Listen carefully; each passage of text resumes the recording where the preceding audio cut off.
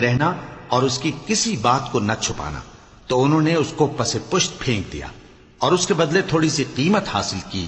یہ جو کچھ حاصل کرتے ہیں برا ہے۔ جو لوگ اپنے کیے ہوئے کاموں سے خوش ہوتے ہیں اور وہ کام جو کرتے نہیں ان کے لیے چاہتے ہیں کہ ان کی تعریف کی جائے، ان کی نسبت خیال نہ کرنا کہ وہ عذاب سے چھٹکارا پائیں گے، اور انہیں درد دینے والا عذاب ہوگا۔ اور آسمانوں اور زمین کی بادشاہی اللہ ہی کو ہے، اور اللہ ہر چیز پر قادر ہے۔ بے شک آسمانوں اور زمین کی پیدائش اور رات اور دن کے بدل بدل کر آنے جانے میں عقل والوں کے لیے نشانیاں ہیں،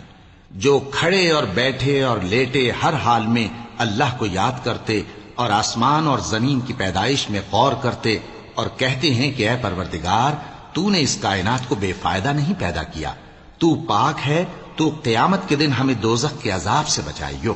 اے پروردگار،